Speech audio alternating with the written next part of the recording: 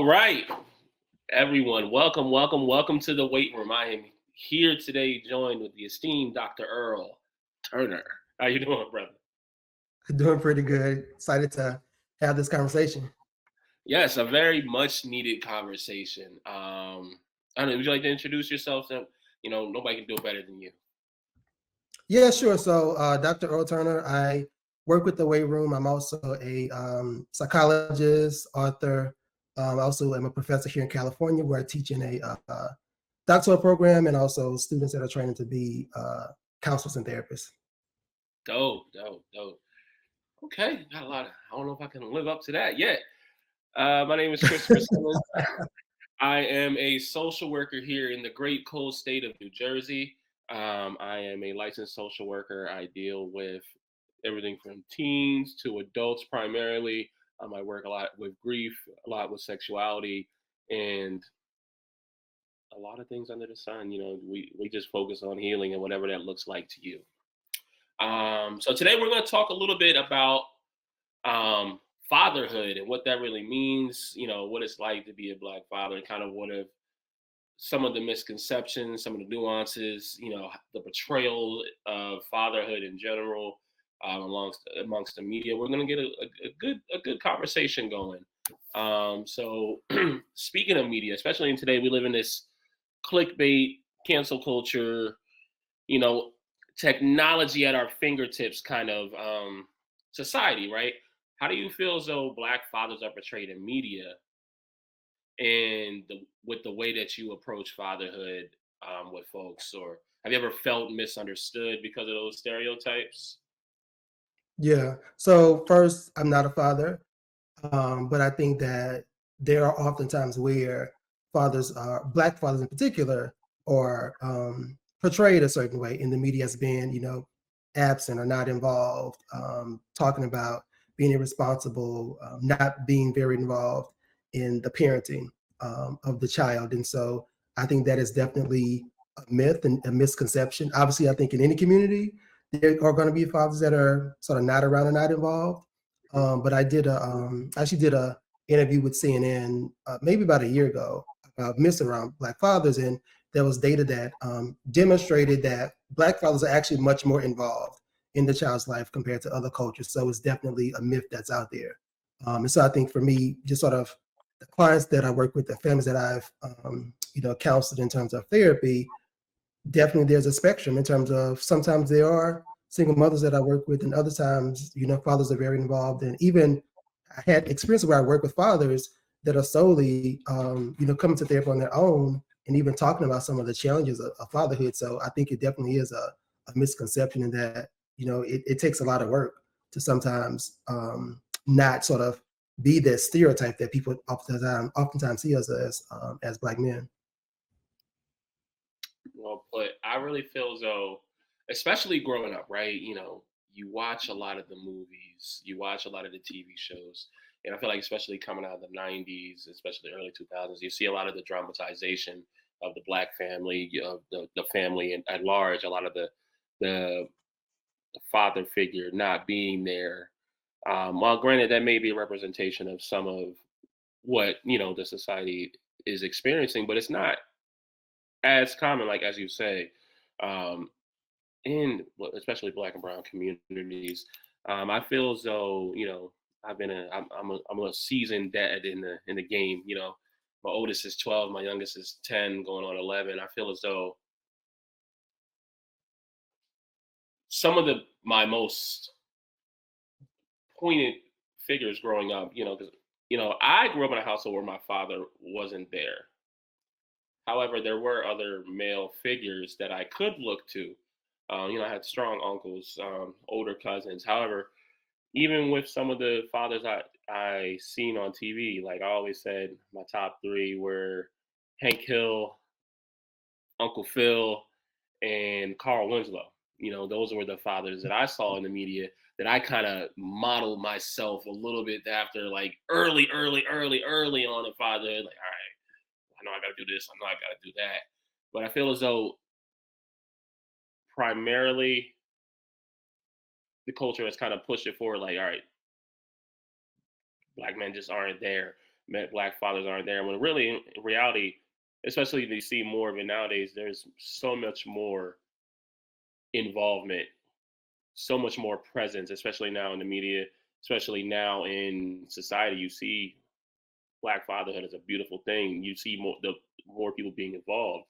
Um, but I felt early, I never really felt misunderstood from those stereotypes because I never really personally cared too much about what other folks thought so much about fatherhood because I've always been a strong, in my eyes, a strong father figure for my boys and how I want to raise my kids.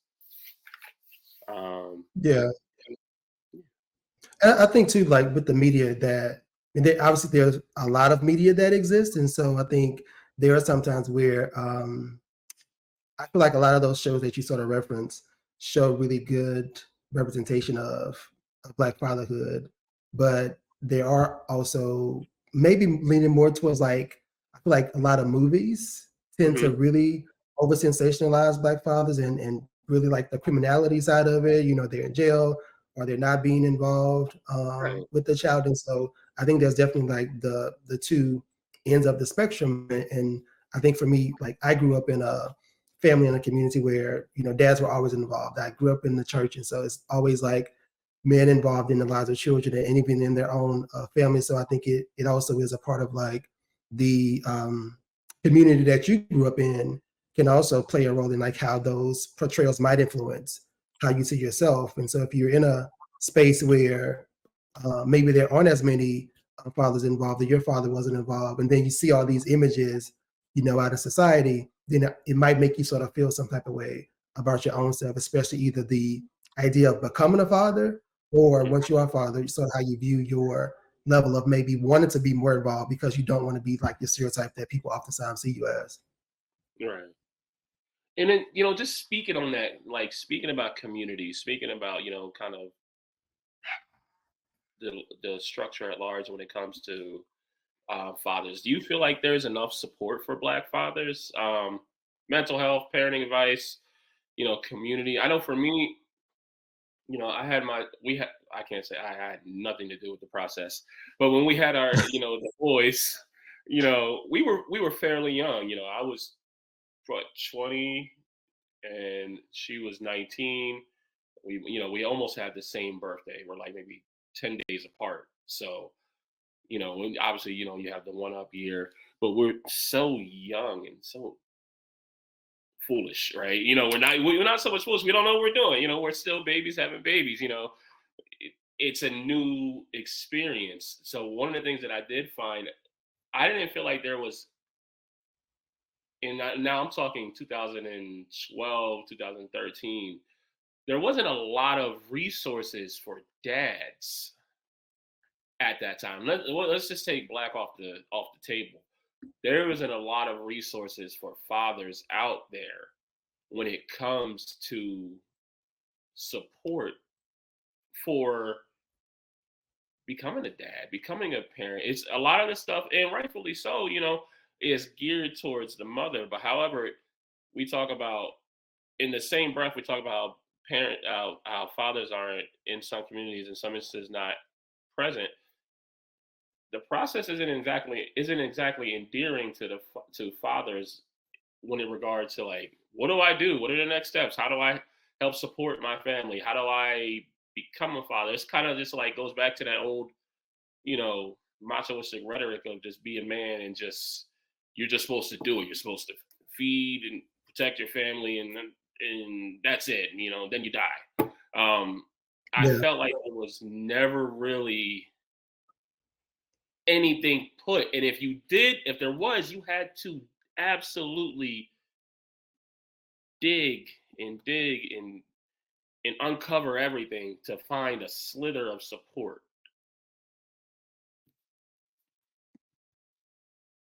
Yeah. I mean, I think one of the things you touched on is that the way that men and women are socialized in terms of like those roles that I think there's in sort of in the black community, I feel like gender norms around parenting may not be as rigid compared to some other families within the US, but I think just sort of broadly that as a society, like we are oftentimes taught or encouraged to be in these very specific gender roles as parents, where, as you mentioned, like the mom is the one that gives birth, is doing the feeding, all of the other things, sometimes waking up at night, with the child.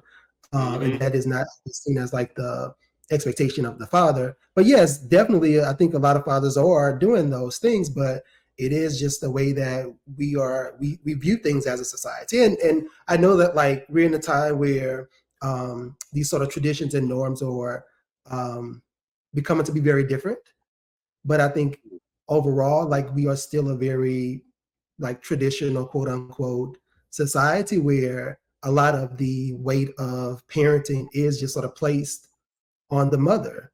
And I think that even when we look at the research, for me as a child psychologist, that majority of the research on parenting oftentimes focuses in on mothers. And so only within, I would say, the last 15 years that more people have begun to study fatherhood and what that looks like, and how involved fathers might be in terms of the child's life, or even, how do we look at specific, psychotherapy interventions around fathers and supporting fathers as well. So I think that's a really important area that we do need to have more conversations about. And so I think if we look at just sort of men and fathers, that oftentimes I think part of the reason why there may not be this sense of community or connection around or support system rather around parenting and even your own mental health is because, again, it's not a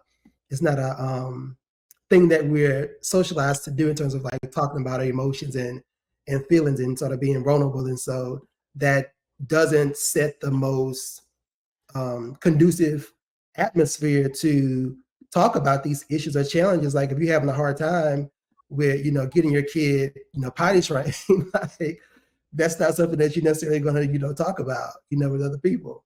So I think there is space, and in some, again, environments, men do feel very supported, but at the same time, I think it's challenging because of the ways that we are socialized, as a society. Absolutely. And then, it's just like the wheels were turning. It's just like it's in one breath. We're kind of sometimes we can become our own worst enemy, especially when we're talking about our own mental health. We want these places and spaces of support, but we also don't have them because we don't speak about it. And it's sometimes those spaces can't exist because it's not safe to talk about it. We're not in a society, not in so much in a society. We don't have those spaces to cultivate those things. Um, but I feel like, especially now, granted, my kids were born in 2012, 2013. I feel like there's a lot more space now for these conversations to be had, being with, the proliferation of, how society, especially coming out of COVID, is now starting to, I won't say acknowledge, but somewhat acknowledge mental health is real, because there's obviously still those detractors. But now that the mental health conversation is starting to be pushed forward, you're starting to see more of these, the men's clubs, the men's run clubs, the barbershop talk. These, we're in the podcast generation, where things are now being spoken about. I just wonder, are these spaces now going to really be opened up and safe for these programs to start happening for men when it comes to fatherhood? Yeah. And I do, like, I see the um benefits and things like podcasts or having these spaces to have like conversations about these issues or even about parenting. But on another level, it's also like, do you have this community that you can engage with in person? And obviously, like, relationships with men and women are very different in terms of like friendships. But we Right. know that there's a lot of research that talks about um, like social isolation in men in general, but also like, do you have at least one close friend that you feel like you can talk with about like some real stuff and issues? That parenting might be one of those. And there's so much data that's showing that very few men have at least one person that they feel comfortable, at least another sort of friend that they can really talk with about some of these issues. So that's also like, can be problematic. And so I think like barbershops can be great, and you can definitely talk about a lot of real stuff Right. in there and get really personal. But it's like there are gonna be some things that you're not gonna want to be like talking about, in the barbershop that you Yes. need to get like one-on-one real with somebody. So I think that's another challenge that sometimes comes up, for Black fathers. Okay.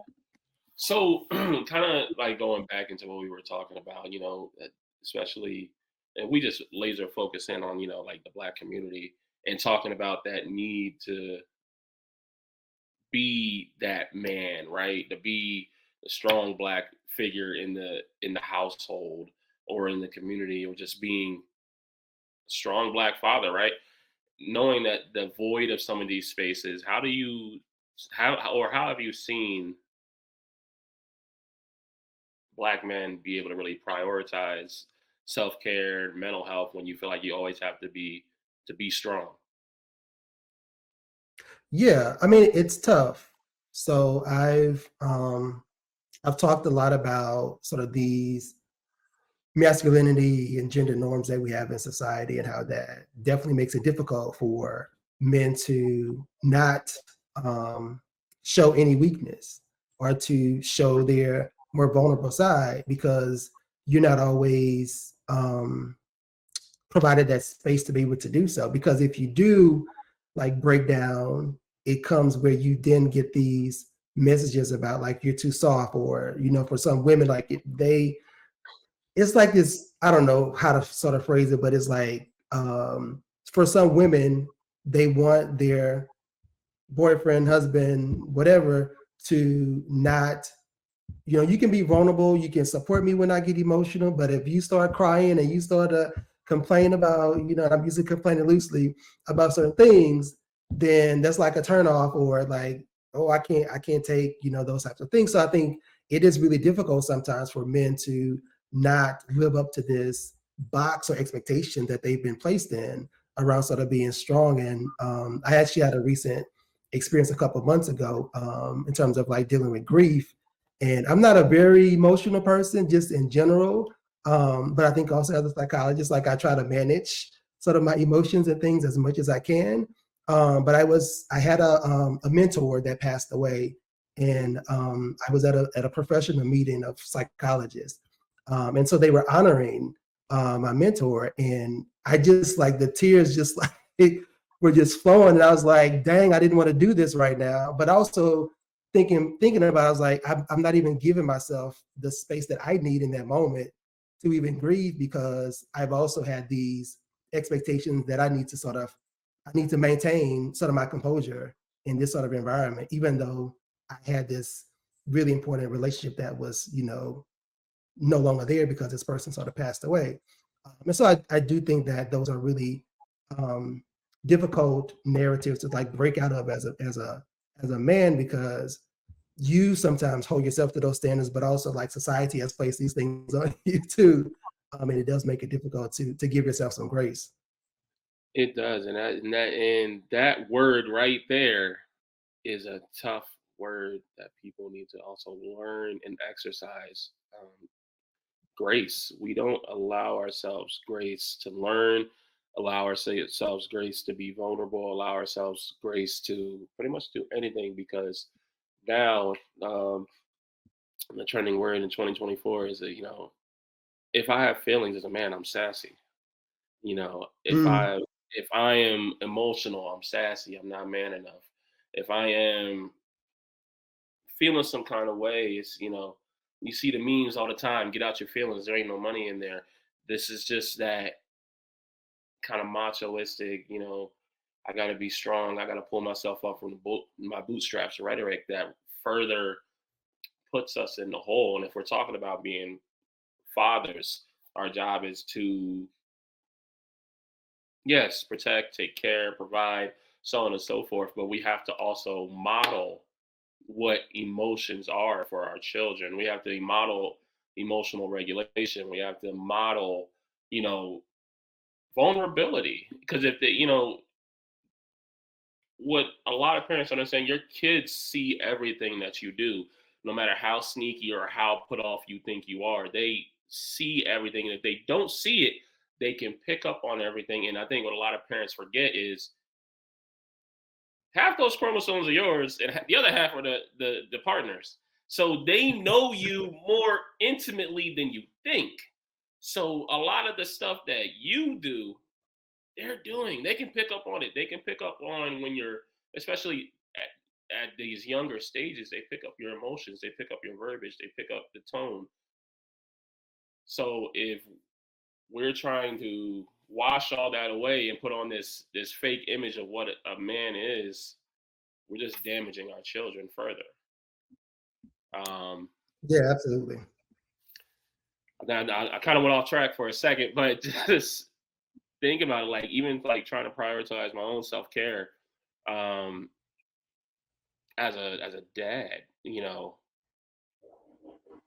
I have a therapist. I have a great therapist. Shout out to Marvin. It's brought me through some really perilous times. It's hard because you play this game with yourself. I feel like, at least in my experience, where, and especially working in this field, it's a little worse because like sometimes you know Mhm. better, but you still do the wrong thing because the wrong thing feels good a little bit, but you also have that internal dialogue, which like, all right, I know a little better. As a dad, it's like it's tough because there's days where I don't. It's not even that I don't want to show perceived weakness. Some days I just don't. I don't want to give all the emotions. Some days I want to be to myself, and it's real. Like some days we might be toxic to ourselves. We want to put ourselves away and just shut the world off. But the kids need to see us work through problems. They need to see us work through these emotional situations, and it's hard to prioritize that. I mean, it took me at least 4 or 5 times to find a therapist that I liked, that I could work with. And that's based off of me being open to the thought of therapy. We still have people that live in that kind of that social construct of not being able to talk about your feelings, not being able to talk about how I feel or things like that, or accepting therapy. Especially, growing up in the church, you talk to Jesus, you don't talk to a therapist. And Right. then when you talk, I can't, especially, we live in a world of church hurt. If the church is the problem, and that's the only place I can go, it just doubles down. So for me, it's been a difficult journey because, learning that humility and learn to be able to accept self-care, especially when I felt like I was wrong or I didn't do this right, and then being open to like hearing about it from other folks took a long time. But I can only imagine how that would be for someone that's not even open to the thought of hearing that. Yeah, absolutely. And I think too, another piece of that for me is like, what do we think of as self-care? And so I think I, for myself, have a I would say motto, what I want to call it, but I try to like prioritize some type of self-care every day. And so I think just sort of reminding people sometimes when I'm working with dads that it's good to like be able to like take a break for like a day or whatever, to be able to do something to go relax, or to treat yourself to vacations, etc., all those other things. But we also need to make sure that we're taking at least 5 minutes every day to do something for ourselves. And that seems like Mm, it's a very little amount of time, but we do so many things throughout our day. And I think sometimes we like wake up, we hit the floor running, and then we come home and it's done, and we haven't taken any time to just sort of breathe. And so for me, like I really try to make sure like I have a routine of like self-care. Like every single day I'm doing something to at least take 15 to 20 minutes to myself, where I can just sort of sit and be present and not have to sort of think. And I do a lot of right. stuff. And for some people that know me personally, they're like, "You're always doing way too many things." Yes, I am. I realize that. And I also, because of that, have to make sure that I take some time for myself where I'm not thinking and my brain isn't working all the time. And I think sometimes, for men, especially I think Black fathers, because of, like you said, that either responsibility that you have or the weight that you place on yourself to be the provider and protector for your family, that you don't give yourself those moments to just sort of sit and be present. And we need that. And that's tough. That's because because it's like, I had someone say to me the other day, like, every time I talk to you, you're either at work or in your car going somewhere doing something. And it's like, it's true, especially when whether you are the caretaker or you are, the breadwinner, whatever the case may be, you're always on the move. And it's by the time you get home, you do everything you got to do, take care of the kids, everything said and done. It's like, I sit down, it's the next day. So you're not even Yeah. actually getting that time to do that. So it's like it's really important to prioritize that self care. And I think what's harder isn't so much doing the self care. I think it's maintaining it because a lot of times we can start it. I'm a gym rat. I love going to the gym, but once things start get hectic at work or the schedule, you get one deviation in schedule. Next, thing you know, your whole thing is thrown off. So it's very Yeah. difficult to maintain consistency, and then once that consistency is thrown off, it's very hard to get back on track. Yeah, Excuse me. absolutely.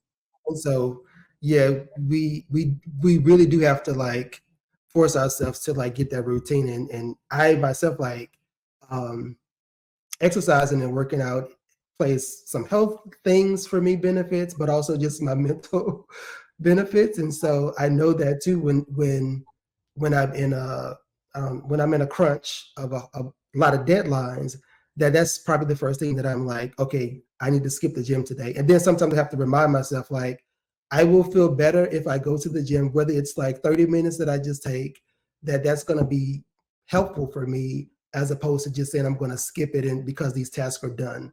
And Right. so we have to really make sure that we remind ourselves like we have to do these things, even though we don't feel like it or we want to sort of push it off because there's something else. Like you just got to do it. And actually made a video that I posted on social media about that. Like sometimes we have to get out of our brain and just Oh, like do and behave. And when it comes to self care, it's like you gotta do these things on a schedule, and regardless of how your day may change, you got to make sure that you try to force yourself to like stick to that self-care even though it seems like really rigid. It's important to have that rigidity when it comes to like self-care. right. Do you think, in your experience with Black fathers, right? Do you think they have to parent differently than other fathers? I think so. um a lot of my work is obviously working with the Black community, and so for me when it comes to like raising Black children, they just have different experiences than a lot of other communities. And so I think yes, for other fathers from different minoritized communities, they may have some challenging experiences as well.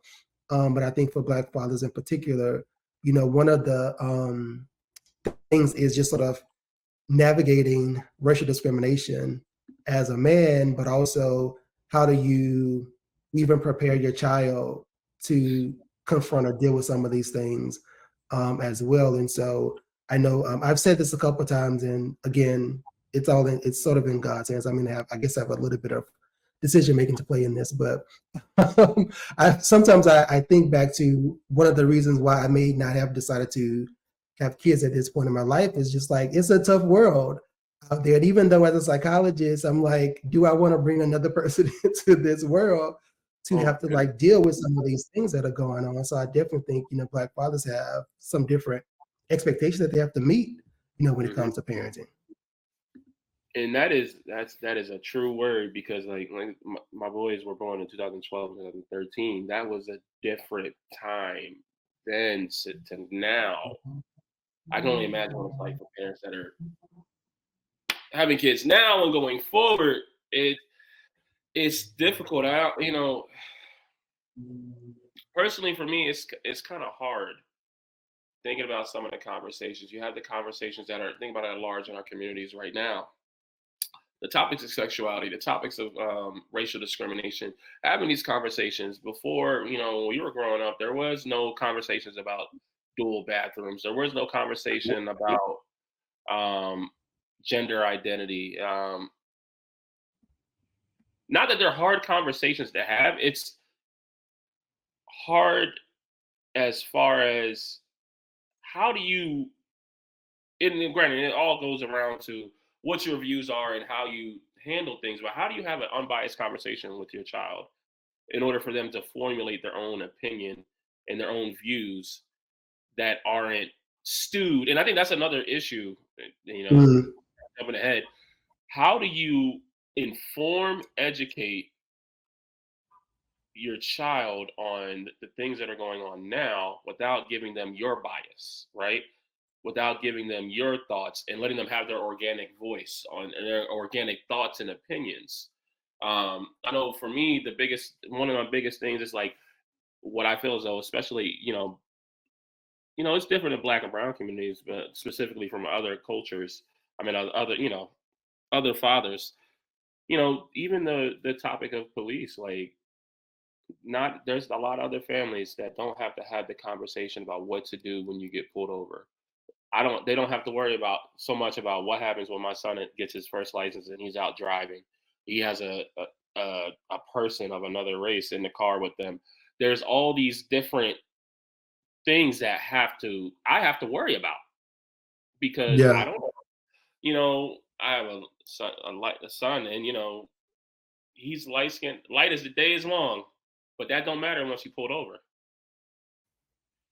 These are yeah, conversations and things that I have to worry about. And I've worked in, the children's system of care here in New Jersey, with juvenile offenders and things like that. And having these conversations and hearing their stories about their interactions with the law, the judicial system, and things like that. It's a very difficult thing that I feel like black men have to navigate, especially with their children.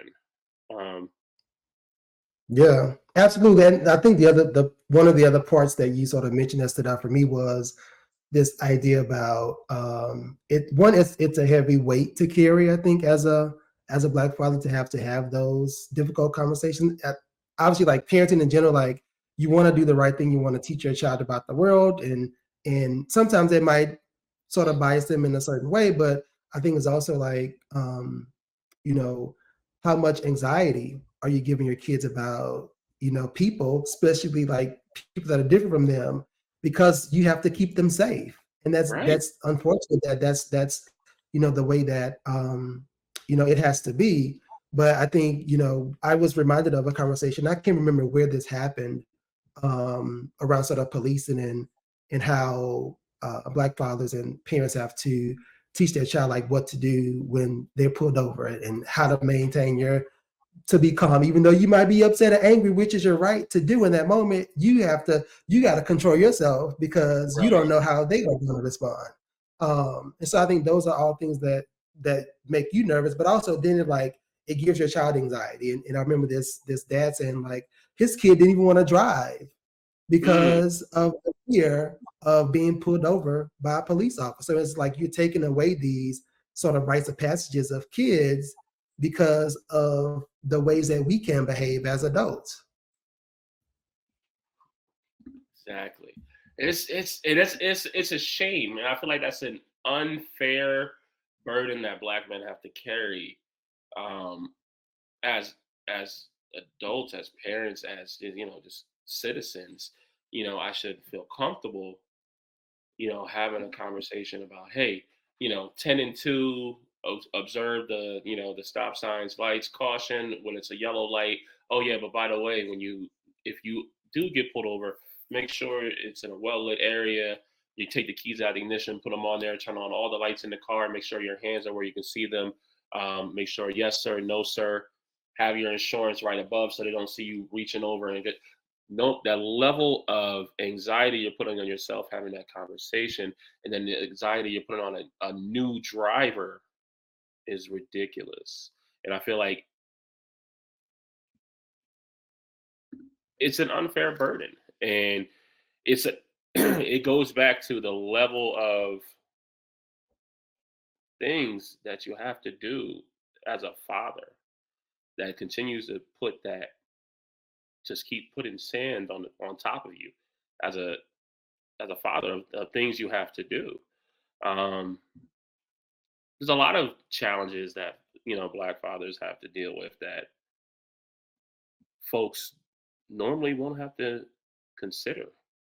Whether even Yeah. with dating, there's an unrealistic expectations sometimes that we put on ourselves, that are sometimes put on us. So it's pretty heavy.